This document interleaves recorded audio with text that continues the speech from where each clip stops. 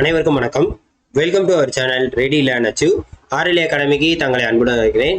So ரொம்ப இம்பார்ட்டண்டான ஒரு அப்டேட் தான். என்ன அப்படின்னு பார்த்தீங்கன்னா 2026 டிஎன்பிசி எக்ஸாம்ஸ் நடக்குமா நடக்காதா, ஆனுவல் பிளான் எப்போது அப்படின்ற ஒரு முக்கியமான ஒரு அப்டேட்டோட தான் நம்ம வந்திருக்கோம். ஸோ இது நிறைய பேர் நமக்கு ஷேர் பண்ணியிருந்தாங்க, இதை பற்றி வீடியோ போடுங்க சார்னு. ஸோ அதுக்காக தான் இந்த ஒரு வீடியோ.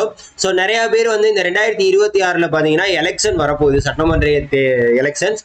ஸோ அந்த காரணமாக வந்து சார் எக்ஸாம் நடத்துவாங்களா மாட்டாங்களா, ஸோ ஏன்னா ஒரு வருஷமும் ப்ராப்பராக நடத்திக்கிட்டு இருக்காங்க, எலெக்ஷன் டைமில் கொஞ்சம் முன்ன பின்ன ஆகலாமா சார், இல்லை நடத்துவாங்களா மாட்டாங்களா அப்படின்ற மாதிரி நிறைய கேள்வி கேட்டுட்டாங்க.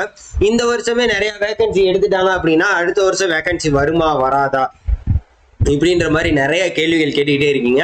ஸோ அதுக்குண்டான ஒரு பதிலாக தான் இருக்கு. அதே மாதிரி அடுத்த வருஷத்துக்கு உண்டான ஆனுவல் பிளானர் எப்போது அப்படின்ற ஒரு வீடியோவும் நம்ம என்ன பண்ண போறோம், கண்டிப்பாக பார்க்க போறோம். ஸோ இது இன்றைய நியூஸ் பேப்பர்ல வந்த முக்கியமான செய்தி. சரியா, இன்றைய நியூஸ் பேப்பர்ல வந்து அதாவது இந்து தமிழ் நினைக்கிறேன், அதுல வந்து முக்கியமான நியூஸ்.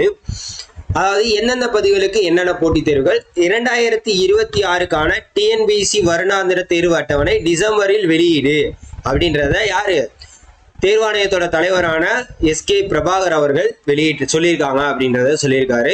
ஸோ என்ன அப்படின்றத டீட்டெயிலா பார்த்துருவோம். இங்க பாருங்க, எந்தெந்த பதவிகளுக்கு என்னென்ன போட்டித் தேர்வுகள் நடத்தப்படும் என்ற விவரங்களுடன் கூடிய 2026 ஆண்டிற்கான வருடாந்திர தேர்வு அட்டவணை டிசம்பர் மாதம் வெளியிடப்படும் என டிஎன்பிசி தலைவர் எஸ்கே பிரபாகர் தெரிவிச்சிருக்காங்க.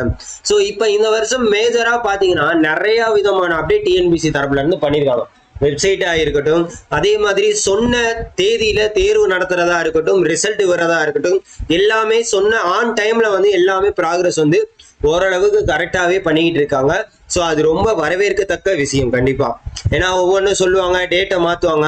ஆனால் இந்த தடவை எந்த இதுக்குமே அவ்வளோவா டேட்டை மாற்றாம சொன்ன தேதியில எக்ஸாமா இருக்கட்டும் எல்லாமே பக்காவாக நடத்திக்கிட்டு இருக்காங்க. ரிசல்ட்டுமே அதே மாதிரி தான்.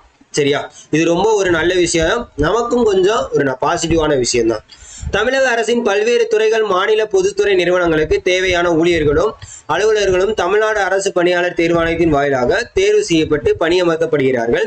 ஓராண்டில் எந்தெந்த பதவிகளுக்கு எந்தெந்த போட்டித் தேர்வுகள் நடத்தப்படும் என்ற விவரங்கள் அடங்கிய வருடாந்திர தேர்வு அட்டவணையை டிஎன்பிசி ஒவ்வொரு ஆண்டும் வெளியிடும். வருஷம் என்ன பண்ணுவாங்க, அக்டோபர் டு டிசம்பருக்குள்ள என்ன பண்ணுவாங்க, ஆனுவல் பிளானர் விட்டுருவாங்க. ஸோ போன வருஷம் என்ன பண்ணாங்க அப்படின்னு பார்த்தீங்கன்னா அக்டோபர் விட்டுருந்தாங்க. சரியா, அந்த அட்டவணையில் போட்டித் தேர்வுகளுக்கான அறிவிப்பு வெளியாகும் நாள், எழுத்து தேர்வு நாள், அதே மாதிரி தேர்வு தேதி, முடிவுகள், நேர்காணல் ஆகிய அனைத்து விவரங்களும் இடம்பெற்றிருக்கும். அரசு பணியில் சேர விரும்புவோர் முன்கூட்டியே தேர்வுக்கு திட்டமிட்டு தயாராவதற்காக இந்த வருடாந்திர தேர்வு அட்டவணை வரப்பிரசாதமாக. ஸோ இங்க பாருங்க, இதை வந்து நமக்கான பாயிண்ட். அரசு பணியில் சேர விரும்புவோர் திட்டமிட்டு தயாராவதற்கு எதை பண்ணாலும் பிளான் பண்ணி பண்ணணும். ஸோ நிறைய பேர் வந்து யோசிச்சுட்டே இருந்தீங்க, அடுத்த வருஷம் எக்ஸாம் வருதா வரலையா, இந்த தடவை போச்சு, ஐயோ ஒரு மார்க்ல போச்சு, ஐயோ தப்பா பண்ணிட்டோமே, ஐயோ நம்ம எழுதலையே, நம்ம எக்ஸாமே அப்ளை பண்ணலையே, இந்த மாதிரிலாம் நிறைய பேர் சொல்லிக்கிட்டே இருப்பீங்க. ஸோ அவங்களுக்கு உண்டான இன்றும் மற்றும் ஒரு வாய்ப்பு. ஸோ அதாவது காற்றுள்ள போதே தூற்றிக்கொள் அப்படின்னு பழமொழி கேள்விப்பட்டிருக்கும். அதனால வாய்ப்பு இருக்கிறப்பே நம்ம என்ன பண்ணணும் அப்படின்னு பார்த்தீங்கன்னா பயன்படுத்திக்கணும். இந்த வாய்ப்பு வந்து ஒவ்வொரு தடவையும் உங்களுக்கு அமையுமா அப்படின்னு கேட்டீங்கன்னா கிடையாது. ஸோ அதனால வாய்ப்பு ஒரு வாய்ப்பா இருந்தாலும் அதை எந்த அளவுக்கு நீங்க வந்து பயன்படுத்திக்கிறீங்க அப்படின்றது நம்ம கையில தான் இருக்கு. ஏன்னா நம் வாழ்க்கை நம் கையில் அப்படின்னு சொல்லுவாங்கல்ல.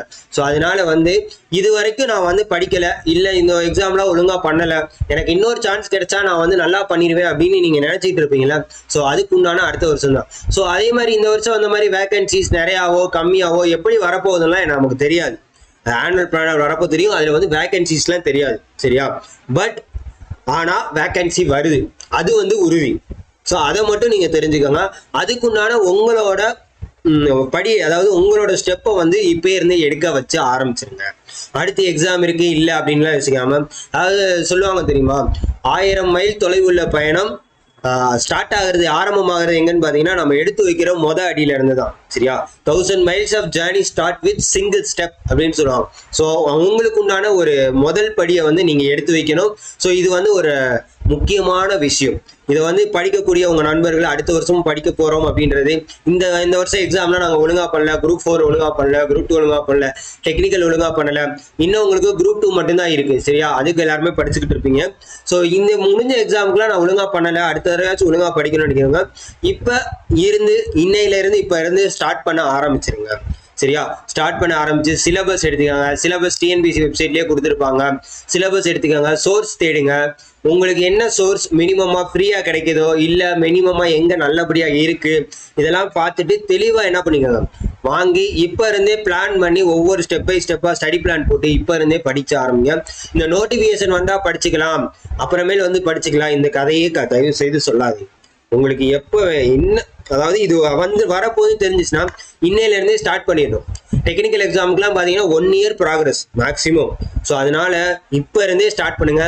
என்ன தேவை, டிஎன்பிசில என்ன கேட்குறாங்களோ அது என்ன நம்ம அப்படின்னு தெளிவுபடுத்தி படிக்க ஸ்டார்ட் பண்ணுங்க. சரியா?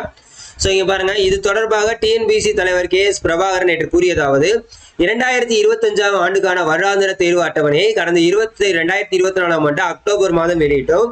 அந்த வகையில் 2026ஆம் ஆண்டு வருடாந்திர தேர்வு அட்டவணை தயாரிப்பு பணிகள் தற்போது நடைபெற்று வருகின்றன. இந்த தேர்வு அட்டவணையை டிசம்பர் மாதம் வெளியிட திட்டமிட்டுள்ளோம்.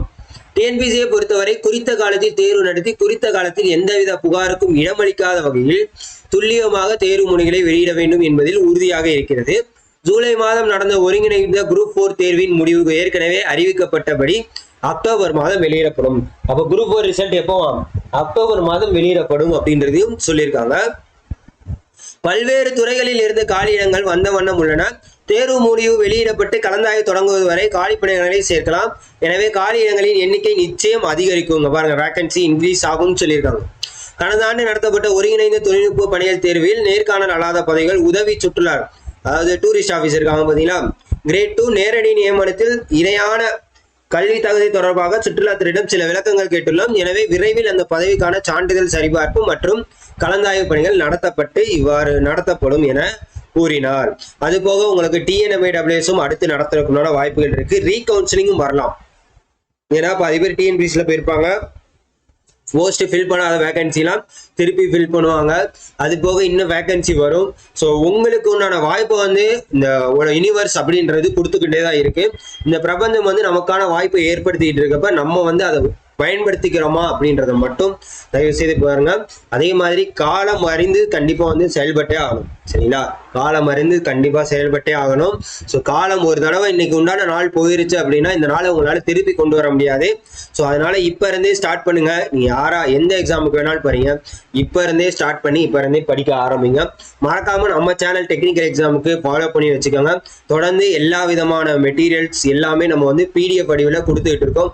வேணும்னா மட்டும் சாம்பிளை பார்த்துட்டு யூஸ் பண்ணிக்கோங்க. வேணாம் அப்படின்னா உங்ககிட்ட இருக்கிற சோர்ஸ் என்னவோ அதை தயவு செய்து படிச்சு யூஸ் பண்ணிக்கோங்க. நல்லபடியா எழுதுங்க. So all the best to all. அப்கமிங்ல எல்லாருமே வந்து ஒரு வேலை நிரந்தரமான ஒரு அரசு பணிக்கு கண்டிப்பா போகணும். ஸோ எல்லாருமே கண்டிப்பா கேட்டுக்கொள்கிறேன். ஸோ நன்றி.